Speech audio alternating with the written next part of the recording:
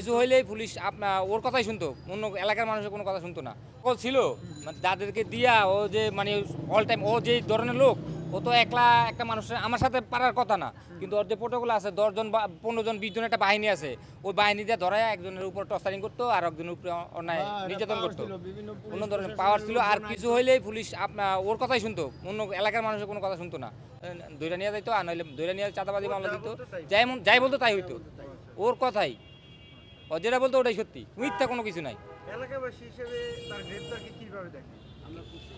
এই এলাকাবাসী তো এর জন্য অনেক খুশি, কেননা এলাকাবাসী নির্যাতিত দেখা যায় আমি হয়েছি, আমার সাথে আমার বাবা হয়েছে, আমার যে আমার জন্য গেছে তারাই গায়ে হাত তুলছে। তে চিন্তা করে না যে একটা মায়ের পেটে জন্ম নিছে, ঠিক আছে, সে ওই মারও মানে না, ওই যে ছেলে সাক্ষাৎকার দিলে একটু আগে তার মার গায়ে হাত তুলছে, তার একটা দাঁতও নাই, মুরব্বী মানুষ হাঁটতে পারে না, ওই মহিলার গায়ে হাত তুলছে, তারে বুঝতে পারেন সে কত বড় জঘন্য হইতে পারে। তাহলে আর মুখের ভাষা নাই যে বলার যে উনি কি কোন ধরনের লোক। আমরা সুষ্ঠু বিচার চাই, অবশ্যই খুশি। সেই যে কিডনি বেচছে এরা না করলে তো এটা উঠতো না, অবশ্যই করছে, প্রশাসন এটা দেখছে, মিডিয়ার কাছে এটা চোখে পড়ছে, ঠিক আছে, সে গ্রেপ্তার হয়েছে। আর এটা ডিবি নিছে, ডিবি এটা সুস্থ তদন্ত করুক, আর এটা সুস্থ বিচার চাই আমরা। এলাকার মানুষ সবাই এটা বিচার চাই, এটা হলো বড় কথা।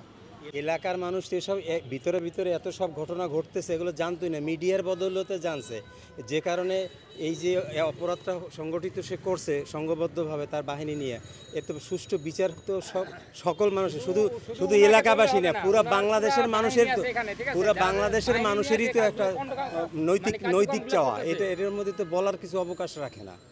এটা শুধু আমি কেন, এলাকার মানুষ কেন, সমস্ত বাংলাদেশের মানুষের তো একটা। এলাকাবাসী আপনারা খুশি কিনা? অবশ্যই এবং মিডিয়াকে অসংখ্য ধন্যবাদ যে মিডিয়া কয়েকদিন যাবত আমি লক্ষ্য করছি যে মিডিয়ারা যেভাবে তুলে ধরছে এত বড় একটা অন্যায়, যে লোক সংখ্যা কম অথচ সে দেখাচ্ছে বেশি, লোকজনকে চিকিৎসা দিচ্ছে না, টর্চার করতেছে, যে অন্যায়গুলো দেখাচ্ছে, এটা মানবতার ফেরিয়ালার কাজ না, এগুলো আরও হলো সমাজকে ধ্বংস করার কাজ। হ্যাঁ, যে ভালো মানুষের মুখোশ পইরা কুকর্ম করার একটা সিস্টেম। তার গ্রেফতারে আপনারা খুশি কিনা? হ্যাঁ, অবশ্যই, এটা তো অনেক বড় অন্যায়, এটা তো অনেক বড় অন্যায়। এইভাবে তো মনে করেন যে যেগুলো আছে আরো তো বড় বড়গুলো আছে, এগুলো তো ছোট, ঠিক আছে, উনি ভালো করতে করতে। সেদিনকার এক বেকারির দোকানে ঢুইকা মানে সে যে আমি তখনই মার্ক করলাম এই লোকটা কেডা, মানে মার্ক করতে যেহেতু আমরা এলাকায় থাকি আমরা তো ইয়ে করবো, মার্ক করলে পরে দেখি যে উনি হলো এই চাইল্ড কেয়ারের মিল্টন সাহেব, খোঁজ নিয়ে দেখলাম যে হ্যাঁ, আমি তো অবাক হয়ে গেলাম যে কি চলতেছে, কি হচ্ছে দেশে।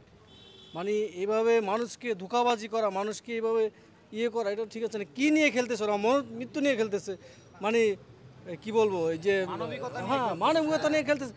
মানবিকতাটা তো ইয়ে থাকা উচিত, এটা চরম পর্যায়ে চলে গেছে। একটা অসুস্থ মানুষকে আইনা তাদেরকে ইয়ে করে তারপরে এইভাবে তারা নিজের পেট চালায়।